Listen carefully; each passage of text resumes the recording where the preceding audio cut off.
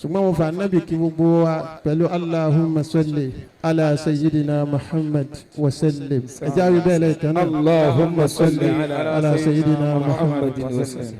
wọ́n á kí gbogbo àwọn èèyàn wa tí wọ́n jẹ́ al-huda àti Muhammad Rasulullah sallallahu alaihi wasallam káàkiri àgbáyé gbogbo bí a wà àdúrà ó máa gbà láṣẹ Ọlọ́run. àṣetọ́dún yìí Ọlọ́run tún jẹ́ kẹ́mi ẹ̀ tún dùn jù báyìí lọ. ọlá àlùbáríkà Ànábì wa Muhammad, ọlá àwọn tó ní wa, ọlá àwọn tí wọ́n bí wa, Ọlọ́run mọ́sàbá wa kẹ́ wọn. bisimilahi kulu wàllá bisimilahi rahman rahim kulu wàlláhu ahad allahu samad lam yalid walam yulad walam yakun lahu kufuwan ahad. jàre bàbá pẹ́ o jàre bàbá pẹ́. ajiwa Mukhtaru jàre bàbá pẹ́. Àmì jàre bàbá pẹ́. Jàre bàbá pẹ́. ó kí àwọn ṣẹ́gun wa. Mukhtaru jàre bàbá pẹ́. Ọlọ́run má fi kankan ṣe Sheikhul Mukhtaru fún wa. Jàre bàbá àti pẹ́. jàre bàbá pẹ́. jàre bàbá pẹ́. Aji Mukhtaru jàre bàbá pẹ́. Àmì jàre bàbá pẹ́. Jàre bàbá pẹ́. Àmì Mukhtaru jàre bàbá pẹ́. Al-Mukhtaru Al-Mukhtar. àwùlò púpọ̀ àwùlò fún gbogbo ayé jàre bàbá pẹ́. Jàre bàbá pẹ́. Al-Mukhtaru jàre bàbá pẹ́. Allah jàre bàbá pẹ́. Jàre bàbá pẹ́. Al-Mukhtaru jàre bàbá pẹ́. Sheikh Mukhtaru Al-Mukhtar. jàre bàbá pẹ́. Àmín. jàre bàbá pẹ́. Àmín. jàre bàbá pẹ́. Bàbá pẹ́. Sheikh Mukhtaru jàre bàbá. Ọba Olúwa jàre bàbá pẹ́. Jàre bàbá pẹ́. Al-Mukhtaru jàre bàbá pẹ́. Mukhtaru jàre bàbá pẹ́. jàre bàbá pẹ́. jàre bàbá pẹ́. Sheikh Mukhtaru jàre bàbá. lórí dáadáa. Jàre bàbá pẹ́.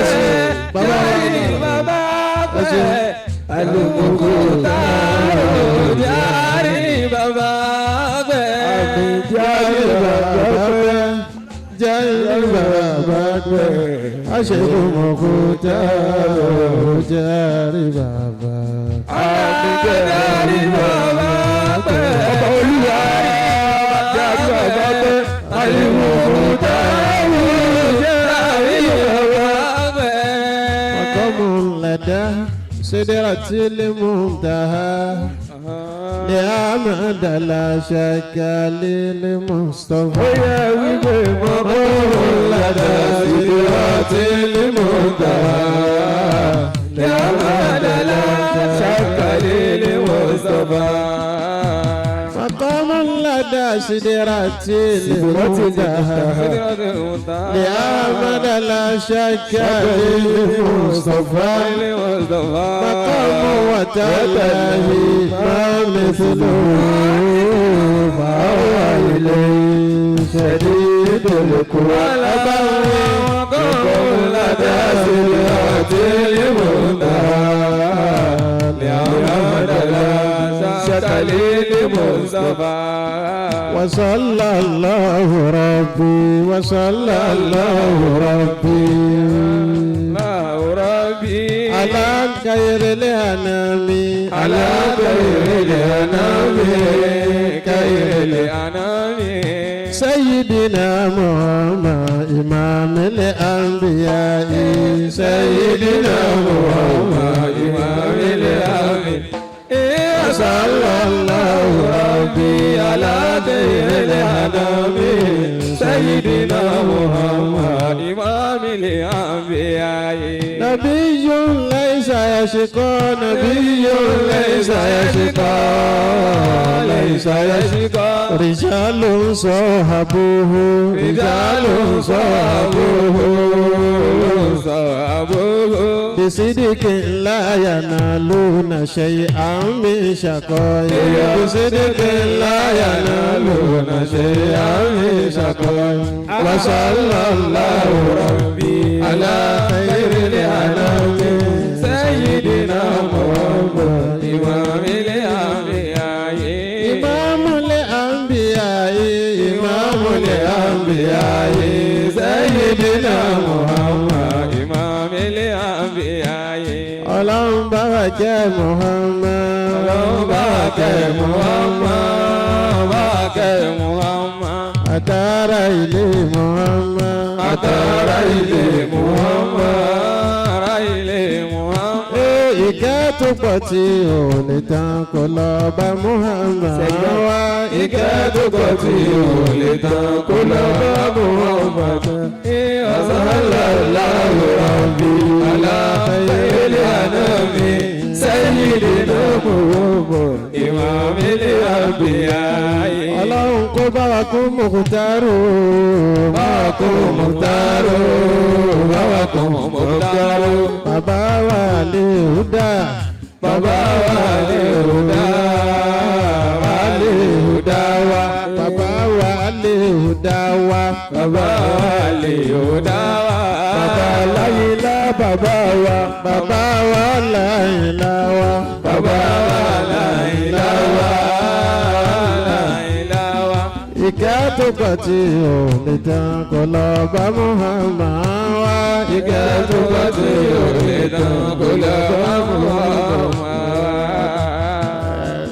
ستر العرش مسبول علينا وعين الله نظرة إلينا بحول الله لا يقدر علينا والله من ورائهم محيط بل هو قرآن مجيد في لوح محفوظ والله خير حافظا وهو أرحم الراحمين بسم الله الذي لا يضر مع اسمه شيء في الأرض ولا في السماء وهو السميع العليم بسم الله الذي لا يضر مع اسمه شيء في الأرض ولا في السماء وهو السميع العليم بسم الله الذي لا يضر مع اسمه شيء في الأرض ولا في السماء وهو السميع العليم لا حول ولا قوة إلا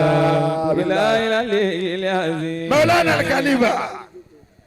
lórí ìjòkó bàbá àgbàdùn máa ń bẹ lórí ìjòkó bàbá àgbàdùn máa ń bẹ lórí ìjòkó ọmọ ara bàbá wa àgbàdùn tó mà àwọn èèyàn fẹ́ gbọ́ sí kiri tí o bá jù sẹ́jú méjì lọ mínísítà náà ń bẹ ń bí àti mínísítà ló. Masha Allah Ìlọrin mínísítà ti ṣe.